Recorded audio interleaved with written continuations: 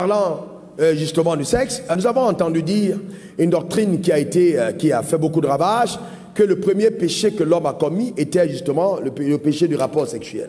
Et beaucoup de personnes pensent que la pomme d'Adam qui était interdite, la pomme qui était interdite dans le jardin, était justement le rapport sexuel qui était interdit justement à l'homme. Eh bien, c'est pas vrai du tout. C'est pas vrai du tout, on y revient. C'est pas vrai du tout. Regardez ce que la Bible dit dans Genèse 1, verset 26. Quand Dieu bénit l'homme, il leur bénit et il leur dit, soyez féconds. Le premier mot, la première bénédiction que Dieu prononce renferme le fait d'avoir des rapports sexuels. Donc la première bénédiction de Dieu. Ce n'est pas pour rien que le diable a perverti tellement le sexe, c'est parce que la première bénédiction engageait l'activité sexuelle. Soyez féconds. La première bénédiction engageait d'avoir des rapports sexuels. Soyez féconds, c'est-à-dire ayez des enfants, soyez féconds, multipliez, remplissez la terre, l'assujettissez et dominez sur les poissons de la mer, sur les oiseaux du ciel et sur tout animal qui se meut sur terre. Donc il y a eu justement là-dedans, dans le mot donné par Dieu, l'ordre d'avoir des rapports. Donc Dieu est celui qui a ordonné les rapports entre hommes et femmes. Aujourd'hui, on voit des jeunes enfants. La perversion sexuelle a touché tellement de niveaux dans la société qu'il faille vraiment l'adresser. Même, je pense, depuis l'école des champions, depuis le bas âge, il faut que les gens soient instruits au sujet. On le prend à la légère, mais aujourd'hui, dans cette dispensation, on a déjà développé la théorie du genre, où on est en train d'enseigner aux enfants, dès le bas âge, à considérer qu'ils ne sont ni mâles ni femelles. Et donc, plus tard, on les initie à comprendre qu'ils peuvent avoir une relation femme avec femme, homme avec homme. Je déclare qu'aucun de tes enfants ne se retrouvera dans cette abomination. Donne-moi encore le meilleur des amens. Ça n'arrivera pas. Mais vous savez, la parole qu'ils entendent aujourd'hui, s'ils n'avaient pas entendu, ne va pas les protéger. La parole est puissante. Parce que quand on relâche la parole, vous pensez que c'est anodin, je vous garantis. Votre enfant écoute cet enseignement, il n'aura pas une vie perverse. Au nom suprême de Jésus. Donne-moi le meilleur des amens. Dans tous les cas, la curiosité fera que s'il n'écoute pas ça, il écoutera quelqu'un sur Internet.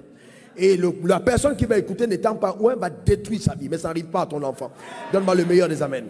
Donc la bénédiction, vous voyez, était prononcée pour la fécondité. Afin que l'homme et la femme puissent avoir des rapports sexuels. Donc, vous voyez, donc Dieu a régenté cette vie, la vie sexuelle. Et aujourd'hui, quand vous regardez les problèmes que les couples ont, parce que nous allons parler de Dieu. Au commencement, on n'a pas de Dieu. Ensuite, on parle de l'amour. Donc, parce que Dieu est amour. Et Dieu a créé l'homme à son image. Et ce qui donne à l'homme de ressembler à Dieu, c'est l'amour de Dieu dans l'homme. Et c'est ensuite, ayant cet amour, que l'homme devait entrer dans le mariage. Donc, vous voyez, dans le mariage, on y entrait au commencement parce qu'on aimait. Pas parce qu'on allait à la quête, justement, d'une satisfaction personnelle. Et puis, de 4, le sexe était donc découlait de l'amour. Donc dans la pensée de Dieu, il n'y avait pas de rapport sexuel sans amour. Donc l'amour précédait le rapport.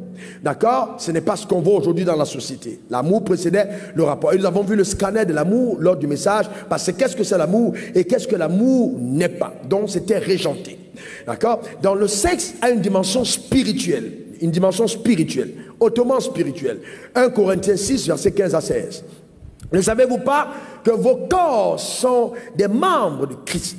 Prendrai-je les membres de Christ pour en faire les membres d'une prostituée? Loin de là. Ne savez-vous pas que celui qui s'attache à la prostituée est un seul corps avec elle? Car, est-il dit, les deux deviendront une seule chair. Maintenant, je vous pose une question intelligente. Si un homme marie une prostituée, est-ce que la prostituée est encore prostituée? Si. Elle est prostituée mariée. Maintenant, si rien ne prouve que l'entrée dans le mariage met fin à la prostitution, allez demander à Osée. Il a épousé une prostituée sous l'ordre du Seigneur, qui l'a trompée après. Et après, elle est revenue à la maison. Parce qu'en fait, les mauvaises habitudes sont têtues. Vous sortez de l'Égypte, mais l'Égypte sort difficilement de vous. Donc, il y a une dimension spirituelle. Quand un homme et une femme ont des rapports sexuels, les rapports sexuels deviennent une voie légale de transfert. Ça veut dire que si, donc, cette femme est maudite, cette femme a des problèmes, des démons qui la poursuivent, dès que vous êtes en rapport, les démons qui poursuivent sa destinée ont un droit légal d'agir dans ta vie parce que vous devenez des alliés. Donc, les rapports sexuels unissent spirituellement. Ce sont des canaux légaux de transfert. D'accord? C'est très important qu'on le comprenne. Et donc, ça peut amener des personnes jusqu'à la folie. Imaginez aujourd'hui des filles pleines d'évangiles. C'est-à-dire, elles ont Jean, Marc, Luc, et vous voyez, Jean comme copain. Imaginez donc le traumatisme qui peut se passer dans sa vie parce qu'il y a une jonction d'alliances qui peuvent détruire totalement la vie. Faites attention. Faites donc très attention.